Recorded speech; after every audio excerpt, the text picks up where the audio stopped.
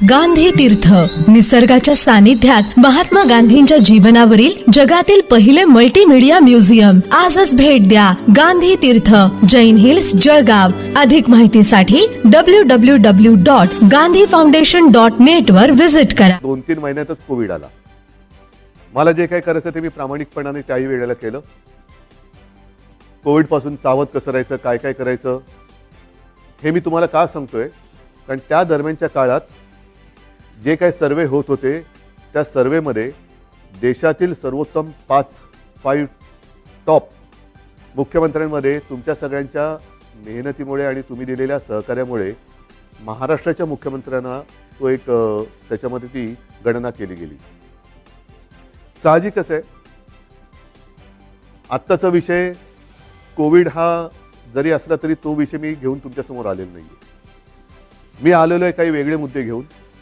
जे काही मुद्दे गेल्या काही दिवसांपासून प्रसारमाध्यमातून आपल्यासमोर येत आहेत, मग ते शिवसेना आहे, ही शिवसेना बाळासाहेबांची आहे का, शिवसेनेने हिंदुत्व सोडलं आहे का, मग ही शिवसेना नेमकं कोण चालवतं आहे, मुख्यमंत्री भेटत का नाहीत, मुख्यमंत्री भेटत नव्हते, मुख्यमंत्री म्हणजे मी, हे गेल्या काही दिवसांपूर्वी सत्य होतं. ह्याचं कारण जी माझी शस्त्रक्रिया झाली होती तो अनुभव काय होता, त्या अनुभवाचं एक वर्णन नाही मी करत बसणार, पण त्याच्यानंतरचे 2-3 महिने हे फार विचित्र होते. मी कोणालाही भेटणं शक्य नव्हतं, म्हणजे भेटू शकत नव्हतो. म्हणून तो जो काळ होता तो मुख्यमंत्री कोणाला भेटत नाही हा मुद्दा बरोबर आहे. पण त्याच्यानंतर मी आता भेटायला सुरुवात केलेली आहे. जी काही कामं, बरं असंही नाही की मी भेटत नव्हतो म्हणजे कामं काही होत नव्हती. मी माझी पहिली कॅबिनेट मीटिंग ही हॉस्पिटलमध्ये बाजूच्या खोलीतनं अशीच ऑनलाईन केली होती आणि त्याच्यानंतर काम हे अव्यवहातपणे सुरू आहे. शिवसेना म्हणाल तर शिवसेना आणि हिंदुत्व हे दोन घट्ट एकमेकांमध्ये गुंफलेले जोडलेले हे शब्द आहेत. शिवसेना कदापि हिंदुत्वापासून आणि हिंदुत्व कदापि शिवसेनेपासून दूर होऊ शकत नाही, कारण शिवसेना प्रमुखांनी जो एक कानमंत्र दिलेला आहे की हिंदुत्व हा आमचा श्वास आहे. म्हणूनच गेल्या एक 8-15 दिवसापूर्वी आदित्य, एकनाथ शिंदे, त्याच्याबरोबर आपले काही आमदार, खासदार, मंत्री हे अयोध्येला जाऊन आले. हिंदुत्वासाठी काय काय केले, कोणी कोणी काय काय केले हेही बोलण्याची आत्ता वेळ नाहीये. पण हिंदुत्वाबद्दल मी विधानसभेत, विधिमंडळात बोलणारा कदाचित पहिला मुख्यमंत्री असेल. मग नेमकं झालंय काय, ही शिवसेना कोणाची आहे? काही जण असं आरोप करतायत की किंवा असं भासवण्याचा प्रयत्न करतायत की आता काय बाळासाहेबांची शिवसेना राहिली नाही. ठीक आहे ना, बाळासाहेबांची शिवसेना आणि आत्ताच्या शिवसेनेत फरक काय नेमका? असं काय मी नेमकं केलेलं आहे की शिवसेना ही बाळासाहेबांच्या विचारापासून दूर जात चाललेली आहे? त्यावेळेला जे विचार होते तेच आपण पुढे नेत आहोत. बरं, त्याच्यानंतर म्हणजे आपल्यातून बाळासाहेब 2012 साली गेले. 2014 साली आपण एकाकी लढलो होतो. तेव्हाही आपण हिंदूच होतो, आत्ताही हिंदूच आहोत, उद्याही हिंदूच राहणार आहोत. मुद्दा, विचार हा तोच राहणार आहे, तोच असणार आहे. पण 2014 साली सुद्धा जी लढलेली शिवसेना होती आणि जिने एकट्याच्या ताकदीवरती प्रतिकूल परिस्थितीत 63 आमदार निवडून आणले आणि ते 63 आमदार आल्यानंतर त्यातले काही नंतर जे मंत्री झाले ती सुद्धा शिवसेना बाळासाहेबांच्या नंतरची शिवसेना होती. आणि त्याच्यानंतरची आत्तापर्यंतची वाटचाल म्हणजे मग मी आता गेली 2.5 वर्ष मी स्वतः मुख्यमंत्री आहे. माझ्यासोबत पहिल्या आणि आत्ताच्या मंत्रिमंडळातले जे काही सहकारी आहेत ते सुद्धा त्याच बाळासाहेबांच्या शिवसेनेतले सहकारी आहेत. म्हणजेच काय की पहिल्या प्रथम शिवसेना, हिंदुत्व, शिवसेना कोणाची, शिवसेनेने हिंदुत्व सोडले का, शिवसेना बाळासाहेबांची राहिली नाही का, मग आम्हाला ती बाळासाहेबांची शिवसेना पाहिजे. मग मधल्या काळामध्ये जे काय सगळं मिळालं ते बाळासाहेबांनंतरच्या शिवसेनेने दिलं, हे मी म्हणेन कृपा करून लक्षात ठेवा. मग आता मुद्दा काय आहे की सध्या राज्यामध्ये काय चाललेलं आहे आपल्याला सर्वांना कल्पना आहे की शिवसेनेचे काही आमदार गायब, अमुक गायब, तमुक गायब, गेले कुठे? पहिले सुरतला गेले, त्याच्यानंतर आता म्हणतात गुवाहाटीला गेले. आता त्यातल्या काही आमदारांचे आपल्याला फोन येत आहेत, आम्हाला इकडे आणलं गेले, आम्हाला परत यायचं आहे. आपल्यामध्ये इथे असलेल्या आमदारांना काही फोन येत आहेत. मला त्याच्यामध्ये जायचंच नाही आहे. हे जे माझं मनोगत आहे ती मी अवघ्या 5 मिनिटात संपवणार आहे. आणि ते एवढ्यासाठी की काल परवा जी आपली एक निवडणूक झाली विधान परिषदेची, त्या विधान परिषदेच्या निवडणुकीच्या आदल्या दिवशी हॉटेलमध्ये सगळे आपले आमदार होते. मी तिकडे गेलो आणि म्हटलं काय परिस्थिती, ही कोणती लोकशाही? ज्यांना आपण आपलं मानतो, शिवसैनिक मरवर मरतात, राबतात, निवडून देतात. जनतासुद्धा शिवसेनेच्या विचारावरती विश्वास ठेवून त्यांना निवडून देते. आणि आपली माणसं ह्यांना सुद्धा आपल्याला एकत्र ठेवावं लागतात का? अरे हा कुठे गेला बघा, तो कुठे गेला बघा, मग मध्येच कोणतरी गायब होतो, कुठे गेला होता, नाही मी जरा बाथरूमला गेलो होतो. म्हणजे बाथरूमला गेला तरी संशय. म्हणजे बाथरूमला म्हणजे असं म्हणतात की शंका ठीक आहे, पण लघुशंकेला गेला तरी शंका. ही कुठली ही शाही? ही अशी लोकशाही काय मला आवडणारी आणि पटणार नाही. आणि मला वाटतं बाळासाहेबांनाही पटत नव्हतं आणि आपल्यालाही पटणार नाहीये. मला एक मुद्दा काय सांगायचा आहे की मला कशाचाही अनुभव नसताना जे काय घडलं, मी इच्छेपेक्षा जिद्दीने करणारा माणूस आहे. इच्छा असो वा नसो, पण एकदा जबाबदारी अंगावर आली तर ती जबाबदारी मी पूर्ण जिद्दीने पार पाडण्याचा प्रयत्न करतो. आणि त्याच जिद्दीने मी शिवसेना प्रमुखांना दिलेलं वचन पूर्ण करणारच हा निश्चय मनाशी बाळगून रणांगणात उतरलो. त्यावेळेला मी आपल्यासमोर आलो होतो, आज सुद्धा समोर आलेलो आहे. कोणताही अनुभव नव्हता. आपल्याला तेव्हा नाईलाज झाला, वेगळा मार्ग पत्करावा लागला. काँग्रेस आणि राष्ट्रवादी हे गेले 25-30 वर्ष आपण त्यांच्या विरोधात, ते आपल्या विरोधामध्ये हे लढत आलेलो आहोत. मग त्याच्यानंतर हे जे काय घडलं हे सर्वांना माहिती आहे की काँग्रेस आणि राष्ट्रवादीने, विशेषतः पवार साहेबांनी, ती एक बैठक आमची तिन्ही पक्षाची झाली. त्या बैठकीमध्ये सगळं ठरलं. आणि ते ठरल्यानंतर मला त्यांनी सांगितलं की उद्धव जरा 1 मिनिट बोलायचे. म्हटलं काय बोलायचं, आता ठरलं सगळं, नाही 1 मिनिट. आणि बाजूला खोलीत गेल्यानंतर त्यांनी सांगितलं की उद्धव हे सगळं ठीक आहे, पण जबाबदारी तुम्हाला घ्यावी लागेल. म्हटलं का? तर तसं नाही म्हणे, आमच्याकडे पण ज्येष्ठ लोक आहेत, काँग्रेसकडे पण ज्येष्ठ लोक आहेत, आणि शिवसेनेकडनं जर तुम्ही नसाल तर ते पुढे चालणं हे कठीण आहे. म्हटलं पवार साहेब काय मस्करी करता का? मी आत्तापर्यंत महापालिकेत सुद्धा महापौर जिंकल्यानंतर अभिनंदन करायला जातो. म्हणजे साधा महापालिकेत न गेलेला माणूस मुख्यमंत्री कसा होणार? ते बोलले नाही, तुम्हाला हे करावं लागेल. ठीक आहे, जिद्द केली. मग पवार साहेबांनी, सोनिया गांधींनी विश्वास टाकला माझ्यावरती. सोनियाजी सुद्धा मध्ये कधीतरी आपुलकीने फोन करत असतात, विचारत असतात. एक गोष्ट लक्षात घ्या की कोणताही अनुभव नसलेला माणूस इकडे बसवणं, त्याच्या मागे नुसता स्वार्थ हा विचार नाहीये. पण एक राजकारण म्हटल्यानंतर राजकारण कुठेही कसंही वळण घेऊ शकतं, पण त्या वळणाला सुद्धा अर्थ पाहिजे. उगाच काहीतरी रडकुंडीचा घाट जो म्हणतो ना, तिकडनं पोलादपूरपासून आपल्या ह्याला महाडपासून वरती महाबळेश्वरला जाताना रडकुंडीचा घाट, जो वळण म्हणजे गाडी चालवता गाडीचा चालक हा रडकुंडीला येतो. तसं हे वळणदार राजकारण कोणाच्याच उपयोगाचं नाहीये. आजपर्यंत ह्या सगळ्यांनी मला खूप सहकार्य केलेलं आहे. प्रशासनाने तर कमाल केलेली आहे. प्रशासनाने तर मला सांभाळत काय योग्य काय अयोग्य हे सुद्धा सांगण्याचा प्रयत्न केलेला आहे. आज मी नेमकं काय बोलणार आहे?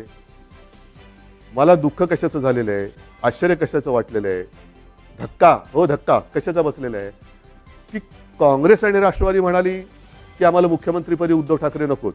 तो त्यांचा विचार आहे. दोन्ही पक्ष स्वतंत्र आहेत. ठीक आहे, सत्तेच्या तडजोडीसाठी आपण एकत्र आलो होतो असं जे काही इतर जण म्हणतायत, त्यांच्याप्रमाणे सत्तेच्या साठी आपण एकत्र आलो होतो. पण आज सुद्धा सकाळी कमलनाथजींनी मला फोन केला होता. कालच सकाळी शरद पवारजींनी फोन केला. मला म्हणाले उद्धव आम्ही तुमच्या सोबत आहोत. हा त्यांच्या भरोश्याचा विषय. पण त्यांनी भरोसा माझ्यावरती ठेवल्यानंतर माझ्याच लोकांना जर मी मुख्यमंत्रीपदी नको असेल तर काय करायचं, हा मोलाचा प्रश्न आहे. माझीच लोक म्हणत असतील की ते ठीक आहे, त्यांना हवे असतील पण आम्हाला तुम्ही नको. मग मला हेच म्हणायचं आहे की समजा माझ्या लोकांना, म्हणजे मी माझं म्हणतोय ते मला आता माझं आपलं मानतात की नाही मला माहिती नाही, कारण ते माझ्यासमोर नाही आहेत. तर तुम्ही इथे येऊन बोलायला काय हरकत होती? सुरतला जाऊन बोलण्यापेक्षा, आणखीन कुठेतरी जाऊन बोलण्यापेक्षा सरळ समोर यायचं आणि सांगायचं की उद्धवजी तुम्ही कारभार करायला नालायक आहात, हे कोविडच्या काळातले टॉप 5 वगैरे सोडून द्या, आम्हाला तुम्ही मुख्यमंत्रीपदी नको. ठीक आहे, चला मी उठतो. आणि आज सुद्धा मी तुम्हाला सांगतो, जर त्याच्यापैकी एकाही आमदाराने समोर येऊन मला सांगितलं किंवा जर त्यांनी स्टेटमेंट दिलं की उद्धव ठाकरे मुख्यमंत्री पदावरती नकोत, तर मी आत्ता मुख्यमंत्री पदाचा राजीनामा द्यायला तयार आहे. आणि ह्याच्यावरती विश्वास नसेल तर आज आपली फेसबुक लाईव्ह झाल्यानंतर आज संध्याकाळपासून मी माझा मुक्काम वर्षावरनं मातोश्रीला हलवत आहे. मला कोणताही मोह नाही. मी ओढून ताणून खुर्चीला चिकटून बसणारा नाही. मी शिवसेना प्रमुखांचा पुत्र आहे. कोणताही मोह मला खेचू शकत नाही, अडवू शकत नाही, थांबवू शकत नाही. पण हे माझ्या समोर येऊन बोला. उगाच काहीतरी शिवसेनेशी आम्ही गद्दारी करणार नाही, पण ही शिवसेना आहे आमची शिवसेना, कशाला तुम्ही हे करताय?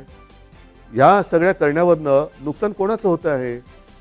एक जी गोष्ट आपण लहानपणापासून ऐकत आलेलो आहोत, कुऱ्हाडीचा दांडा गोतास टाळ, तीच परिस्थिती ही आहे. ती काही जणांना ही म्हण माहिती आहे, पण त्या म्हणीमागची गोष्ट नाही माहिती आहे.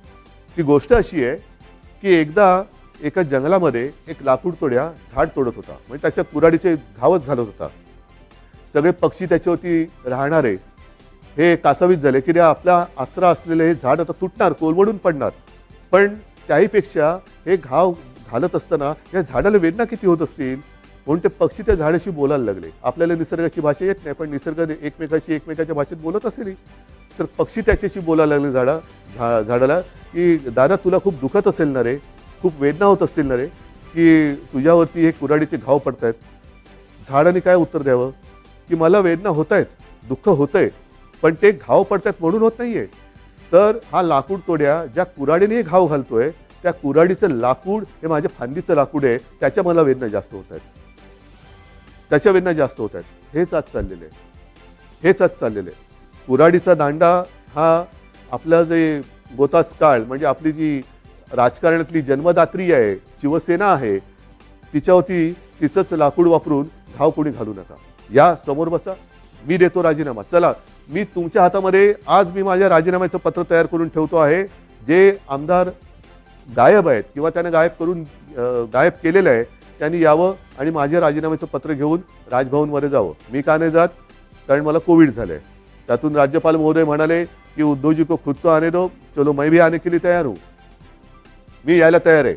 म्हणून मी पुन्हा एकदा सांगतोय की ही कुठेही आगतिकपणा नाही, हा कुठेही अगदी लाचारीचा प्रसंग नाही किंवा मजबुरी तर अजिबात नाहीये. कारण आजपर्यंत अशी अनेक आव्हानं बिनसत्तेची आपण पेललेत. हे काय मोठं आव्हान आहे? काय होईल जास्तीत जास्त? परत लढू.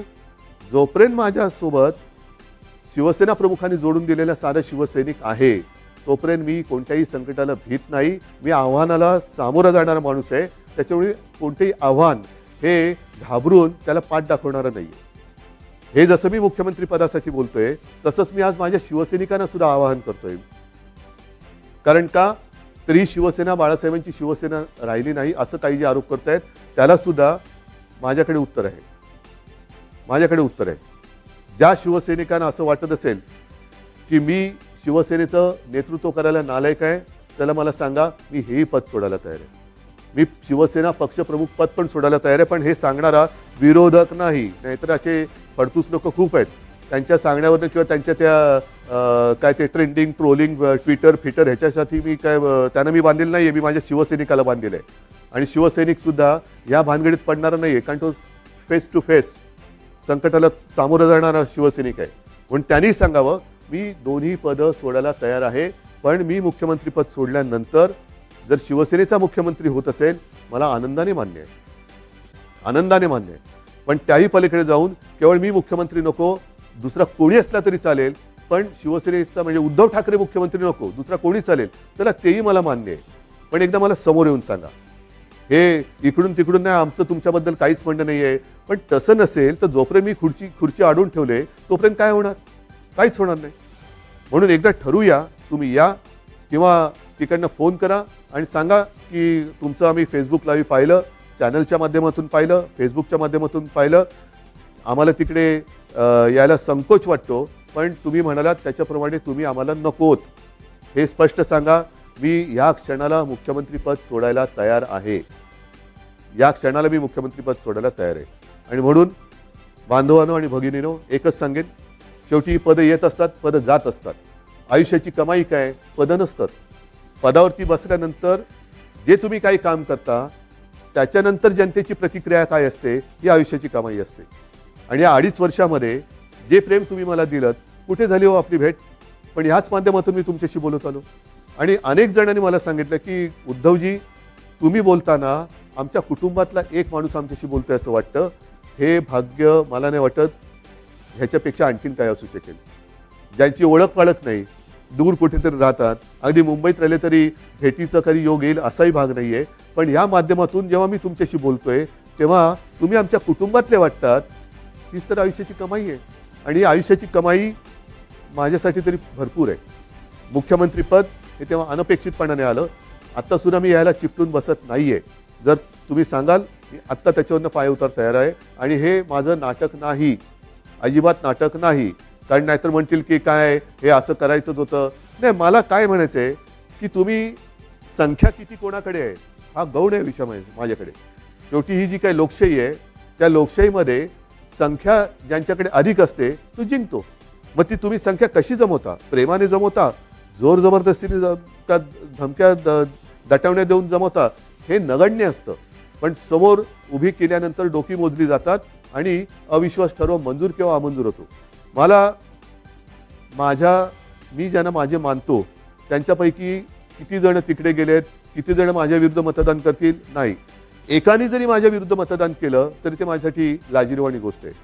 आणि म्हणून मला हे एकही मत माझ्यावरती त्यांना अविश्वास ठराव दाखवण्याची वेळ येऊ नये म्हणून त्यांनी मला सांगावं. मी कुठेही त्या नावाचा उच्चार करणार नाही, वाच्यता करणार नाही. तुम्ही सांगा मी मुख्यमंत्रीपद सोडलं, बस. याच्यावर आणखीन काय सांगू? मी माझं मन घट्ट करून तयारीने बसलेलो आहे. मात्र बांधवांना आणि भगिनींना एकच सांगेन की जे प्रेम तुम्ही आजपर्यंत दिलं, उद्या मी सांगितलेलंच आहे की मुख्यमंत्रीपदी माझी राहायची अजिबात इच्छा नाही. पण त्याच्यानंतर सुद्धा जेव्हा जेव्हा आपली भेटगाठ होईल ती मात्र जसा मी फिरत जाईन तशी प्रत्यक्ष होईल. तेव्हा मात्र तुम्ही हे दाखवत असलेलं प्रेम हे सदैव असंच